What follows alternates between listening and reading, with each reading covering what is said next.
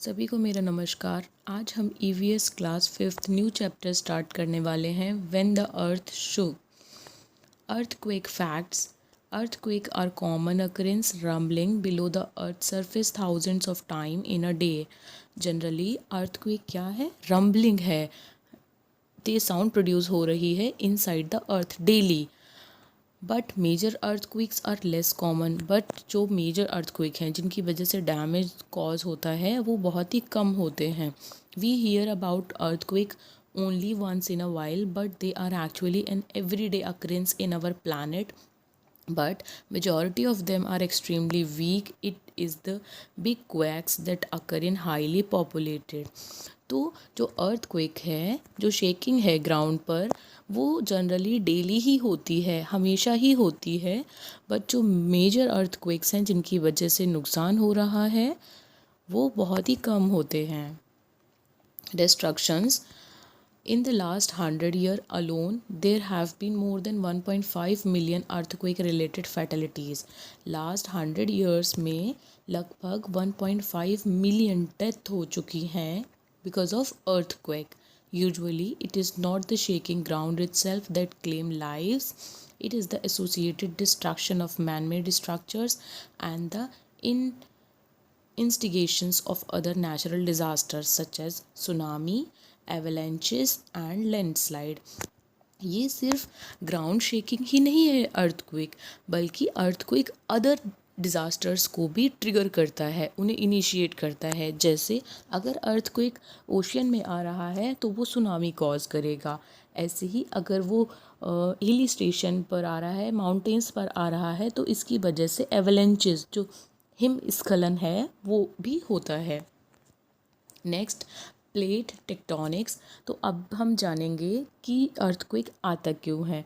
हमारी earth surface जो है, और अर्थ सरफेस के नीचे बहुत सी प्लेट्स हैं। आप यहाँ पर मार्क किया गया है, देख सकते हैं क्लियरली कि जो प्लेट्स हैं ये आपस में टकराती हैं तो ग्राउंड पर वेव्स प्रोड्यूस होती हैं। उन्हीं वेव्स की वजह से ही अर्थक्वेक आता है, और उन वेव्स को बोलते हैं seismic waves. When a sudden break or shift occurs in earth crust, the energy radiates out as seismic waves। जब ज़मीन के अंदर, ग्राउंड के नीचे जो प्लेट हैं, टेक्टोनिक प्लेट्स हैं, वो आपस में टकराती हैं तो वेव्स प्रोड्यूस होती हैं। उन्हीं वेव्स को बोलते हैं seismic waves. Just as the energy from a disturbance in the body of water radiates out in the wave form. जैसे आपने देखा होगा कि अगर आप ठहरे हुए पानी में एक पत्थर मार के देखिए तो वेव्स आती हैं, बिल्कुल वैसे ही ग्राउंड पर भी वेव्स प्रोड्यूस होती हैं। There are several different type of seismic waves। First, body waves move through the inner part of the earth, while surface waves travel over the surface of the earth। आप यहाँ पर देखिए दो तरीके की waves होती हैं। First body waves and second surface waves. Body waves वो हैं जो कि बॉडी के अंदर प्रोड्यूस हो रही हैं, एंड सरफेस वेव्स जो हमारी अर्थ सरफेस पर प्रोड्यूस हो रही हैं, ट्रैवल कर रही हैं। Surface waves, sometimes called long waves और simply L waves, are responsible for most of the damage associated with earthquakes because they cause the most intense vibrations. Surface waves stem from body waves that reach the surface. तो surface waves वो waves हैं जो नीचे body waves के बाद ऊपर produce हो रही हैं, और ज़्यादातर डैमेज सरफेस वेव्स की वजह से ही कॉज हो रहा है, क्योंकि जो ग्राउंड शेकिंग है, जो अर्थक्वेक है, वो सरफेस वेव्स की वजह से ही प्रोड्यूस हो रही है। Now what is Richter scale. Whenever a major earthquake is in the news, you will probably hear about its Richter scale rating।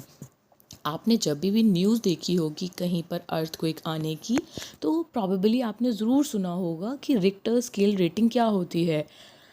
You might also hear about its Mercalli scale rating, though it is discussed as often. These two ratings describe the power of the earthquake from two different perspectives। तो ये scale बताता है कि जो earthquake आया है उसकी intensity कितनी है, वो कितना ज़्यादा हार्म कॉज करेगा। The Richter scale is used to rate the magnitude of an earthquake. The amount of energy is released. This is calculated using information gathered by a seismograph. तो सीस्मोग्राफ वो graph है जिस पर magnitude मतलब earthquake की intensity को measure किया जाता है कि अर्थक्वेक किस नंबर पर आया है। इसी में आगे देखते हैं मेजरिंग अर्थक्वेक। अर्थक्वेक्स को कैसे मेज़र किया जाता है। The largest earthquake on record registered and 9.5 on the currently used Richter scale. आज के टाइम का जो रिक्टर स्केल है उस पर अभी तक का सबसे ज़्यादा बड़ा अर्थक्वेक आया है जिसकी वैल्यू थी 9.5। Though there have certainly been stronger quakes in earth history. ये अब तक का सबसे बड़ा अर्थक्वेक था। The majority of earthquakes register less than 3 on the Richter scale. और ज़्यादातर अर्थक्वेक जो आते हैं उनकी वैल्यू रिक्टर स्केल पर 3 या उससे भी कम होती है। These tremors which are usually felt by human and are called as a microquakes. ये इतने छोटे अर्थक्वेक होते हैं, इतनी कम इंटेंसिटी के होते हैं कि वो ह्यूमन बींग्स को या हम लोगों को फील भी नहीं होते हैं, इसीलिए इनको बोलते हैं micro earthquakes. Generally you won't see much damage from quakes that rate below 4 on Richter scale. और जो अर्थक्वेक 4 वैल्यू से कम होते हैं उनमें भी बहुत ज़्यादा डैमेज नहीं होता है। Major earthquake generally registered at 7 और अबव। और जो बड़े अर्थक्वेक होते हैं उनकी वैल्यू 7 या 7 से अबव होती है जिनमें ज़्यादा डैमेज कॉज होता है। तो आप यहाँ पर बहुत सी पिक्चर्स भी देख सकते हैं जिनमें डिस्ट्रक्शन या डैमेज दिखाया गया है अर्थक्वेक की वजह से। Now so what can we do about it. हमें क्या करना चाहिए। The major advances over the past 50 years have been in preparedness. पिछले 50 सालों में जो हमने एडवांसमेंट देखी है अर्थक्वेक से बचने की वो है प्रिपेयर्डनेस। हमें पहले से प्रिपेयर रहना चाहिए। हमारे घर या हम अपने पास ऐसे कौन से सामान को रखें जिससे कि हम अर्थक्वेक के समय पर बच सकें। Particularly in the field of construction engineering, this includes strengthening support material as well as designing buildings so they are flexible enough to absorb vibrations without falling or deteriorating. सबसे मेजर जो advancement हुआ है वो हुआ है construction engineering में। It means कि हमें ऐसे घर कंस्ट्रक्ट कराने चाहिए जो कि फ्लेक्सिबल हों, आयरन रॉड्स को यूज़ करते हुए हों, और ऐसे फ्लेक्सिबल हाउसेस जो ग्राउंड पर वाइब्रेशंस प्रोड्यूस हो रही हैं उनको एब्जॉर्ब कर सके, उनको झेल सके और वो ना ही टूटे और ना ही उनमें ऐसा कुछ नुकसान हो। And the next is it's very important to design structures that can take this sort of punch, and particularly in the earthquake prone area, especially in that area जहाँ पर earthquake आने की possibility ज़्यादा है। उन areas में हमें ऐसे house को डिज़ाइन करना चाहिए जो easily इन पंच को, इन झटकों को झेल सकें। आप यहाँ पर पिक्चर देखिए कि पूरी रोड ही टूट गई है अर्थक्वेक की वजह से। यहाँ पर और भी पिक्चर्स आपको दिखाई गई हैं जो डिस्ट्रक्शन और डैमेज कॉज किया हुआ है अर्थक्वेक की वजह से। पूरे घर, बिल्डिंग, रोड्स एंड क्रैक हो गए हैं वॉल में। Now the next heading is another component of preparedness is educating the people. Okay, हमने घर तो बना लिया अच्छा सा, है ना, स्ट्रॉन्ग, अच्छे मैप के साथ, अच्छे डिज़ाइन के साथ, but next point is educating people. लोग भी अवेयर होने चाहिए अर्थक्वेक के बारे में।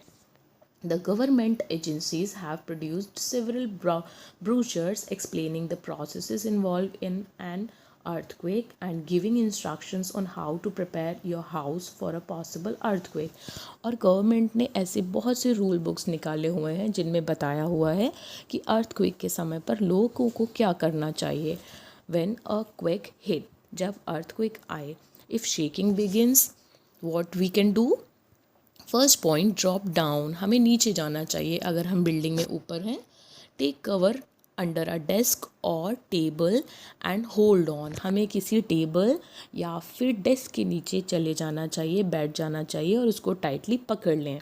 Second point, stay indoors until the shaking stop and you are sure it's safe to exit, और आपको उस अंदर ही रहना है, बाहर की तरफ अभी नहीं जाना है अगर आप घर में अंदर हैं तो।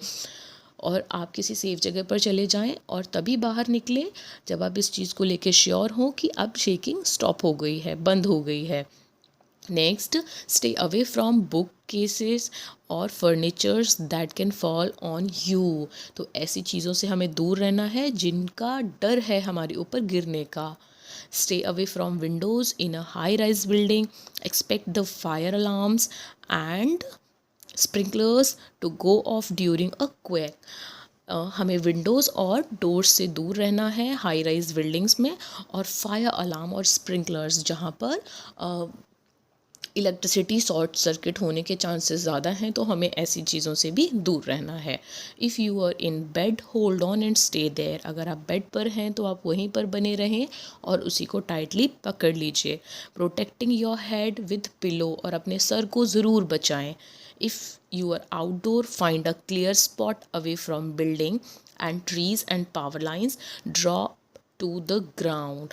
अगर आप बाहर हैं, किसी ग्राउंड में हैं, तो आप क्लियर सेफ जगह पर जाइए जो कि बिल्डिंग, ट्रीज, पिलर, पोल्स, इन सभी चीज़ों से दूर हो। And last, if you are in a car, slow down and drive to a clear place. Stay in the car until the shaking stop. अगर आप कार में हैं तो कार की स्पीड को स्लो कर लीजिए और कार में ही बने रहिए जब तक कि शेकिंग स्टॉप नहीं हो जाती। Some questions for you. तो सभी बच्चे इन क्वेश्चंस की प्रैक्टिस ज़रूर करेंगे। आप इन पिक्चर्स को क्लियरली देखिए कि अर्थक्वेक या फिर अदर डिज़ास्टर्स की वजह से कितना नुकसान होता है। Okay, last, thank you.